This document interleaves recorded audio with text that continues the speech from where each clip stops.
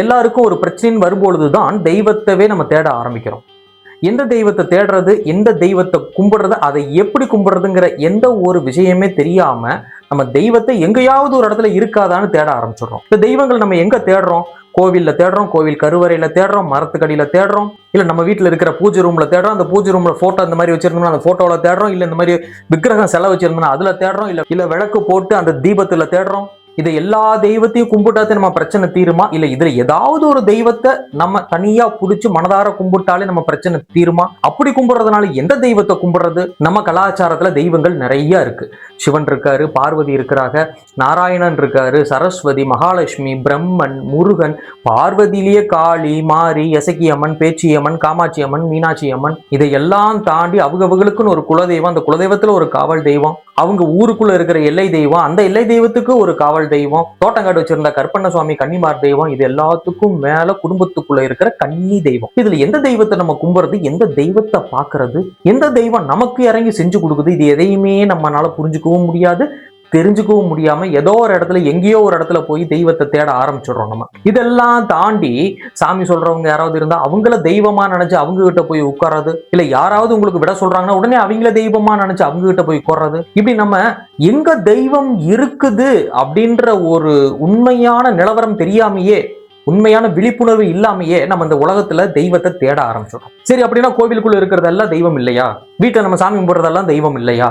தெய்வம் இல்ல அப்படின்னு அல்ல, ஆனா எல்லாத்துக்கும் ஒரு அர்த்தம் இருக்கு. பல்லாயிரம் வருஷத்துக்கு முன்னாடி நம்ம முன்னோர்கள் எப்படி அந்த தெய்வத்தை பார்த்தாங்க, அந்த தெய்வத்தை எங்க பார்த்தாங்கன்னு முதல்ல நம்ம தெரிஞ்சுக்கணும். அப்புறம் நம்ம தெய்வத்தையே தேட ஆரம்பிக்கணும். இந்த கலாச்சாரமே தெரியாம மாறி மாறி மாறி மருவி வந்து நம்மளா ஒரு விஷயத்த மனசுல நினைச்சுக்கிட்டு நம்மளா சாமி கும்பிட்டுக்கிட்டு நம்மளா தெய்வத்தை வழி வழியா தேடிக்கிட்டு இருக்கோம். தெய்வத்தை வெளியில தேடினாலும் எங்க தேடினாலும் கிடைக்காது அப்படின்ற தகவலே நமக்கு என்ன தெரியல. இதனால மற்ற கலாச்சாரத்தை சேர்ந்தவங்க, மற்ற சமூகத்தை சேர்ந்தவங்க வந்து நம்மளை கிண்டல் பண்ணும்போது நமக்கு திருப்பி அவங்களுக்கு பதில் சொல்ல முடியறது இல்லை.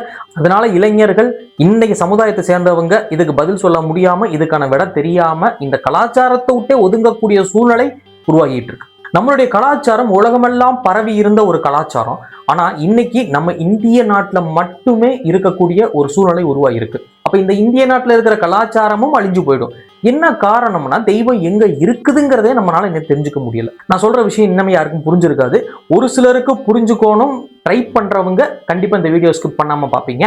இந்த நான் சாமி இல்லைன்னு சொல்றவங்க நீங்க அடுத்த வீடியோக்கு போயிடுங்க, இந்த வீடியோ ஸ்கிப் பண்ணிடுங்க. வாங்க வீடியோக்குள்ள போலாம்.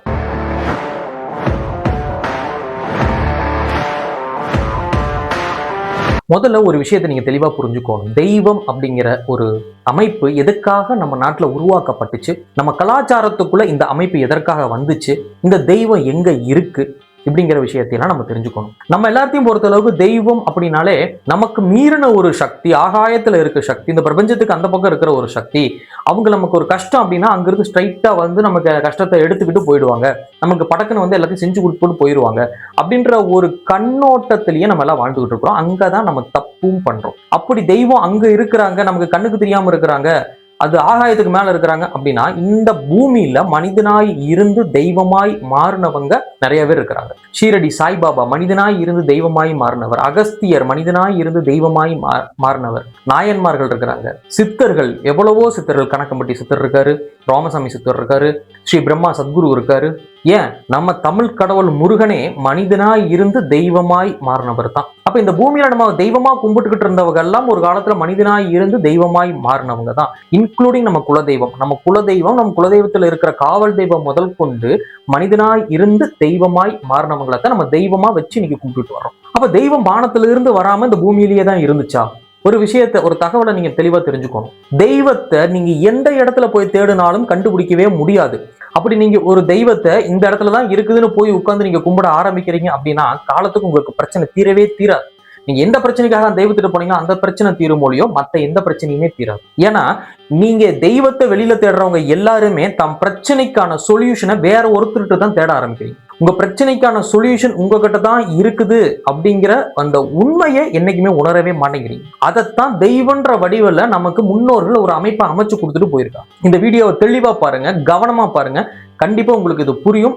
இது புரியலினாலும் எனக்கு கமெண்ட் பண்ணுங்க, இன்னமும் நான் விளக்கங்கள் நிறைய கொடுக்க தயாரா இருக்கேன். ஒரு ஆன்மீகத்துல இன்னைக்கு இருக்கிற கலாச்சாரத்துல ஒரு புரட்சி உருவாகணும். எல்லாருமே என்ன உண்மைன்றத தெரியாம நீங்க மாத்தி மாத்தி மாத்தி மாத்தி ஆன்மீகத்தவே சேர்த்து அழிச்சுக்கிட்டு இருக்கிறீங்க. கோவில்ல போய் தெய்வமேனு தெய்வத்தை தேடிட்டு இருக்கிறீங்க. ஐயா, கோவிலிலேயோ கருவறைக்குள்ளேயோ மரத்துக்கடியிலையோ இல்ல உங்க வீட்டு பூஜை ரூம்லயோ விளக்குலயோ தெய்வம் இல்ல. இந்த தெய்வம் உங்களுக்குள்ளதான் இருக்கு. இது நிறைய பேர் சொல்லி கேள்விப்பட்டிருப்பீங்க. ஆனா விளக்கத்தோட நான் சொல்றேன், கேட்டுக்கோங்க. தெய்வம் உங்களுக்குள்ளதான் இருக்கு. உங்களுக்குள்ள இருக்கிற தெய்வீகத்தை வளர்த்தி அந்த தன்மையை உருவாக்குறதுக்காகத்தான் கோவில்னு ஒண்ணு வச்சாங்க. அந்த கோவிலுக்குள்ள சிலையை வச்சாங்க. அந்த சிலையில தெய்வீகத்தை வளர்த்துனாங்க. அந்த கோவில நீங்க செய்யற பூஜை முறைகள், நீங்க செய்யற அபிஷேக முறைகள், நீங்க வாங்கி கொடுக்குற பூக்கள், நீங்க போடுற விளக்கு, இது எல்லாமே அந்த தெய்வீக தன்மையை அந்த கோவில்ல அப்படியே வளர்த்து பெருக்கிறதுக்காக, அது ரொம்ப அதிகமா பெருகி வர்றதுக்காக. அப்ப நீங்க அந்த கோவிலுக்குள்ள போகும்பொழுது உங்க மனசுக்குள்ளேயோ உங்க எண்ணத்துக்குள்ளேயோ உங்க உடம்புக்குள்ளேயோ இருக்கிற தெய்வம், அந்த தெய்வீக தன்மை வளர ஆரம்பிச்சிடும், மலர ஆரம்பிச்சிடும். இந்த உண்மையை நீங்க முதல்ல புரிஞ்சுக்கணும். எந்த கலாச்சாரமா இருந்தாலும் சரி, எந்த சமுதாயமா இருந்தாலும் சரி, எப்படிப்பட்ட ஒரு வழிபாடு முறைகளை பின்பற்றவர்களா இருந்தாலும் சரி, அடிப்படை இதுதான். இதை கத்துக் கொடுத்ததே நம்ம கலாச்சாரம் தான், நம்ம தர்மம் தான். இன்னைக்கு அந்த தர்மத்தையும் அந்த கலாச்சாரத்தையும் நம்மளே மாத்தி அமைச்சுக்கிட்டு இருக்கோம். நீங்க வெளியில தெய்வத்தை தேடுறதை விட்டுப்பட்டு உங்களுக்குள்ள தெய்வத்தை தேடுங்க. அப்ப எனக்குள்ள தெய்வம் இருக்குதுல, நான் ஏன் கோயிலுக்கு போகணும் அப்படின்ற கேள்வி இருக்கு. கோவில் அப்படின்றது தெய்வீகத்தை வளர்த்தும் இடம்.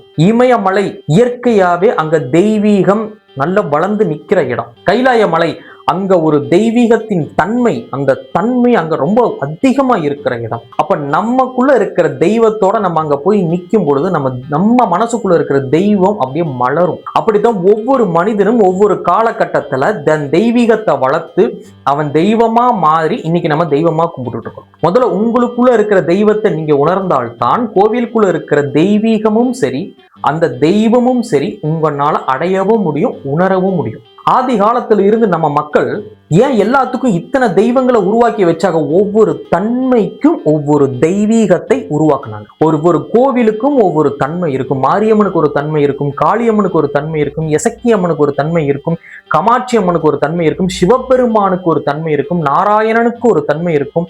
இப்படி ஒவ்வொரு சூழ்நிலைகளுக்கும் ஒவ்வொரு தன்மைகளுக்கும் ஒவ்வொரு கோவிலையும் அதுக்கு ஒரு தெய்வத்தையும் உருவாக்குனாங்க. அந்த இடத்துல அந்த கோவில்ல அந்த தன்மை, அந்த கோவில் எந்த தன்மைக்காக உருவாக்கப்பட்டதோ அந்த தன்மை அந்த கோவில்ல அதிகமா இருக்கும். நீங்க எந்த தன்மையை வளர்த்திக்கணும்னு நினைக்கிறீங்களோ அப்ப அந்த கோவிலுக்குள்ள நீங்க போய் மனதார ஒருநிலையோட ஒரு கனெக்டிவிட்டியோட, அந்த கனெக்டிவிட்டி உங்க உணர்வு பூர்வமா நீங்க உண்மையா நிற்கும் பொழுது தானாவே அந்த கோவில் கூட உங்களுக்கு கனெக்ட் ஆக ஆரம்பிச்சிடும். இன்னும் தியானம் பண்ணீங்க, அங்க போய் மெடிடேஷன் பண்ணீங்க அப்படின்னா இன்னும் அதிகமா நீங்க அந்த கோவிலோட ஒரு கனெக்டிவிட்டிக்குள்ள போவீங்க.